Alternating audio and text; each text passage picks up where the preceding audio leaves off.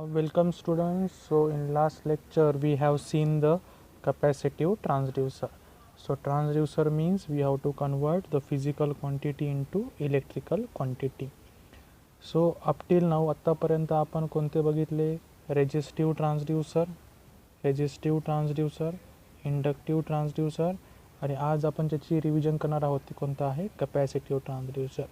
तर तिन्ही ट्रान्सड्यूसरमध्ये इनपुट काय होतं? Linear displacement, and this linear displacement is converted into voltage.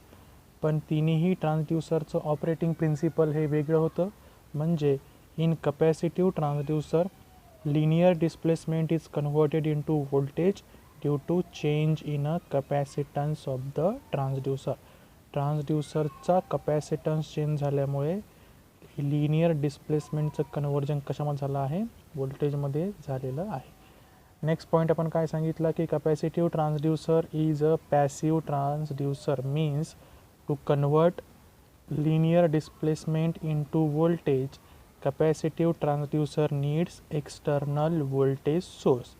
म्हणजे लिनियर डिस्प्लेसमेंटचं कन्वर्जन व्होल्टेजमध्ये करण्यासाठी एक्सटर्नल पॉवर सप्लाय लागेल, म्हणून capacitive transducer is called as a passive transducer. तर याच्यामध्ये फ्लो कसं लक्षात ठेवला? लिनियर डिस्प्लेसमेंटमुळे कॅपॅसिटन्स चेंज होईल, लिनियर डिस्प्लेसमेंटमुळे कॅपॅसिटन्स चेंज होईल आणि कॅपॅसिटन्स चेंज झाल्यामुळे काय चेंज होणार आहे? काय चेंज होणार आहे? व्होल्टेज. त्याच्यामध्ये आपण बघितलं बेसिक्स ऑफ द कॅपॅसिटर. तर कॅपॅसिटर म्हणजे काय? It consist of two parallel plate, top plate and the bottom plate indicated by C. तर बघा कन्स्ट्रक्शन आहे कॅपॅसिटरचं. This is a top plate and this is the bottom plate. So capacitor consist of two parallel plate. ह्या अशा दोन parallel plate आहे and between two parallel plate we use the dielectric material. So plate is made up of metal आणि दोन प्लेटच्या मध्ये काय आहे? Dielectric material. दोन प्लेट मधलं जे अंतर आहे, जी डिस्टन्स आहे, it is denoted by small alphabet D. प्लेटची विड्थ किती आहे? डब्ल्यू आणि प्लेटची लेंथ किती आहे? एल. तर असं जर कॅपॅसिटरचं स्ट्रक्चर असेल तर ह्या कॅपॅसिटरचा कॅपॅसिटन्सचा फॉर्म्युला आपण लिहिला. The capacitance of the capacitor is given as C is equal to epsilon A divided by D. Epsilon म्हणजे काय? डायलेक्ट्रिक कॉन्स्टंट और permittivity constant of the dielectric material. दोन प्लेटच्या मध्ये आपण जे मटेरियल यूज केलं त्याचं परमिटिव्हिटी कॉन्स्टंट म्हणजे ॲप्सलॉन. ए म्हणजे काय? Overlap area of the plate. दोन प्लेट एकाखाली एक आहे का नाही, तो एरिया म्हणजे काय? Overlapping area A. आणि डी म्हणजे काय? दोन प्लेटमधलं distance. So D indicate distance between the two plate. ज्या प्रकारे रेजिस्टिव्ह ट्रान्सड्यूसरमध्ये आपण रेजिस्टन्सचा फॉर्म्युला काय बघितला? Rho L by A. त्याच प्रकारे कॅपॅसिटन्सचा फॉर्म्युला काय आहे? C is equal to epsilon A divided by D. तर हे झालं आपलं कन्स्ट्रक्शन ऑफ द कॅपॅसिटर. तर कॅपॅसिटन्स जर चेंज करायचा असेल, आपलं एम काय आहे? लिनियर डिस्प्लेसमेंटमुळे कॅपॅसिटन्स चेंज व्हायला पाहिजे. आणि कॅपॅसिटन्स का चेंज झाला तर ॲटोमॅटिकली आपलं व्होल्टेज पण कसं होणार आहे? चेंज होणार आहे. तर ह्या फॉर्म्युल्यावरून आपण सांगू शकतो की कॅपॅसिटन्स जर चेंज करायचा असेल, सी जर चेंज करायचा असेल तर आपण काय चेंज करू शकतो? एक तर दोन प्लेटमधला ओव्हरलॅपिंग एरिया ए, किंवा दोन प्लेटमधलं डिस्टन्स डी, किंवा दोन प्लेटमधलं जे मटेरियल यूज केलं आहे ते मटेरियल आपण चेंज केलं तर डायलेक्ट्रिक कॉन्स्टंट पण काय होणार आहे? चेंज होणार आहे. तर ओव्हरलॅपिंग एरिया म्हणजे काय? आपण काल बघितलं. तर पहिलं जे दिसतंय ते ह्याच्यामध्ये काय? दोन प्लेट कम्प्लिटली एकाखाली एक आहे, म्हणजे काय? कम्प्लिटली ओव्हरलॅप आहे. पहिल्या केसमध्ये खालची प्लेट तर सेंटरला आहे, पण वरची प्लेट कुठं आहे? राईट साईडला. म्हणजे दोन्ही पण प्लेट एकाखाली एक नाही, म्हणजे काय? Not overlap. सेकंड बघा, खालची प्लेट तर सेंटरला आहे, पण वरची प्लेट कुठं आहे? लेफ्ट साईडला. म्हणजे दोन्ही पण प्लेट ह्या समोरासमोर, म्हणजे एकाखाली एक नाही आहे, म्हणजे त्या ओव्हरलॅप नाही आहे. म्हणजे कॅपॅसिटन्स जर चेंज करायचा असेल तर आपल्याला दोन प्लेटचा ओव्हरलॅपिंग एरिया चेंज करावा लागेल, किंवा दोन प्लेटमधलं डिस्टन्स, किंवा डायलेक्ट्रिक कॉन्स्टंट. तर आपल्या ट्रान्सड्यूसरमध्ये ह्या मेथडमध्ये आपण काय केलं आहे? दोन प्लेटचा ओव्हरलॅपिंग एरिया ए, डायलेक्ट्रिक मटेरियल एकच यूज केलं आहे, म्हणजे ॲप्सलॉन कॉन्स्टंट आहे. फक्त आपण व्हेरी काय करतोय, distance between the two plate. आठवण्याचा प्रयत्न करा की रेजिस्टिव्ह ट्रान्सड्यूसरमध्ये आपण रेजिस्टन्स कसा चेंज केला होता, bye changing the length of the wire. म्हणजे काय की आपण रेजिस्टिव्हिटी कॉन्स्टंट आणि एरिया ऑफ द वायर हे कॉन्स्टंट ठेवलं होतं, फक्त व्हॅरी काय केलं तर length of the wire. Length of the wire L change झाल्यामुळे रेजिस्टन्स हा ॲटोमॅटिकली चेंज होईल. त्याचप्रकारे कपॅसिटन्स चेंज करण्यासाठी आपण काय चेंज केलं आहे, distance between the two plate D. जर डी जर चेंज झाला तर ॲटोमॅटिकली कपॅसिटन्स हा चेंज होईल. त्यानंतर आपण बघितलं relation between voltage and the capacitance. तर व्होल्टेज म्हणजे काय, क्यू डिवायडेड बाय सी. तर क्यू म्हणजे काय, total electrical charges on the plate. त्याच्यामध्ये दोन प्लेट आहे. टॉप प्लेट म्हणजे कोणतं, पॉझिटिव्ह प्लेट म्हणजे पॉझिटिव्ह चार्जेस, आणि बॉटम प्लेट म्हणजे कोणतं, निगेटिव्ह म्हणजे निगेटिव्ह चार्जेस. तर दोन प्लेटवर किती चार्जेस आहे ते म्हणजे काय, क्यू. आणि सी म्हणजे काय, कपॅसिटन्स ऑफ द कपॅसिटर. आणि व्ही म्हणजे काय असणार, व्होल्टेज अक्रॉस द कपॅसिटर. म्हणजे कपॅसिटरकडे आलेलं voltage is directly proportional to the inversely proportional to the capacitance. Means voltage across the capacitor is inversely proportional to the capacitance. तर याच्यामध्ये लक्षात काय ठेवायचं आहे की we change the capacitance by changing the distance between the two plate. तर बघा याच्यामध्ये distance between the two plate कसं चेंज केलं आपण.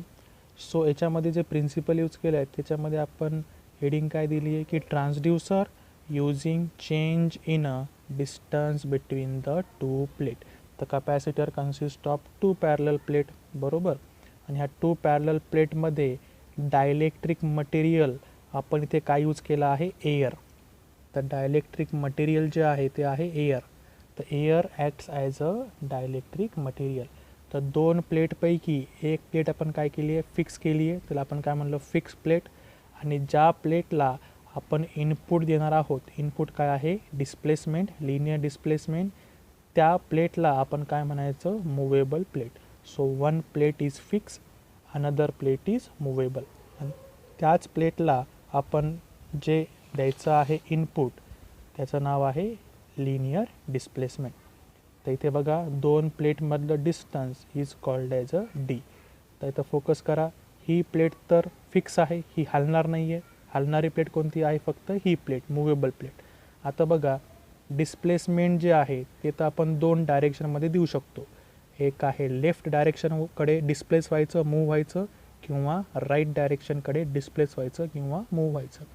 जर ही प्लेट लेफ्ट डायरेक्शनकडे डिस्प्लेस झाली तर काय होणार, दोन प्लेटमधलं डिस्टन्स काय होणार आहे, कमी होणार आहे. बघा, if this movable plate is displace to the left direction, म्हणजे ही प्लेट आता इथे होती ती आता इथे आली आहे, म्हणजे काय झालं आहे, दोन प्लेटमधलं डिस्टन्स हे कमी झालं आहे.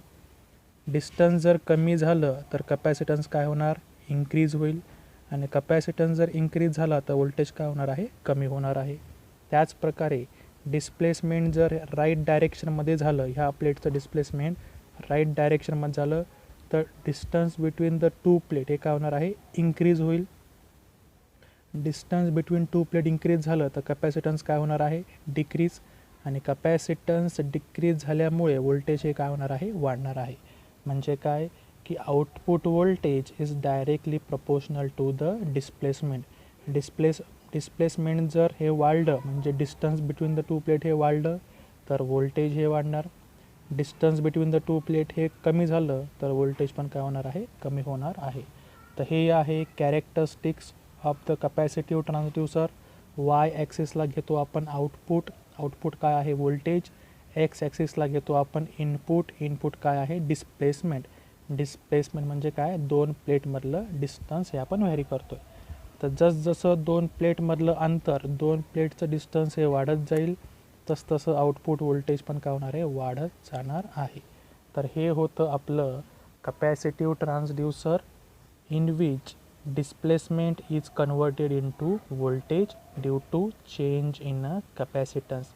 ह्या डायग्रॅममध्ये आपण एक्सटर्नल व्होल्टेज सोर्स दाखवलेला नाही आहे, पण ॲक्च्युअल सर्किटमध्ये एक्सटर्नल व्होल्टेज सोर्स हा जोडावा लागेल. त्याच्यामध्ये आपण फक्त काय बघितलं आहे, वर्किंग प्रिन्सिपल. एक प्लेट फिक्स, दुसरी मुवेबल. ओके, तर हे होतं आपलं कपॅसिटिव्ह ट्रान्सड्यूसरचं बेसिक्स. त्यानंतर कन्स्ट्रक्शन, त्यानंतर वर्किंग प्रिन्सिपल. तर वर्किंग प्रिन्सिपलमध्ये आपण काय केलं, we change the capacitance by changing the distance between two plate. Very important. तर what is the working principle? We change the capacitance by changing the distance between the two plate. What is the working principle of resistive transducer? Resistive ट्रान्सड्यूसरमध्ये आपण resistance कसा change केला? We change the resistance by changing the length of the conductor और length of the wire. तर हे होतं working principle आणि हे होतं आपलं actual working. Okay, fix plate, movable plate. फक्त व्हॅरी काय करायचं आहे, distance between the two plate. हे व्हॅरी झाल्यावर कपॅसिटन्स ऑटोमॅटिकली व्हॅरी होईल आणि कपॅसिटन्स व्हॅरी झाल्यामुळे आउटपुट व्होल्टेज पण काय होणार आहे, एकतर कमी होईल किंवा जास्त. म्हणजे output voltage is directly proportional to the linear displacement. तर हे होतं आपलं आजचं revision to the capacitive transducer. Thank you.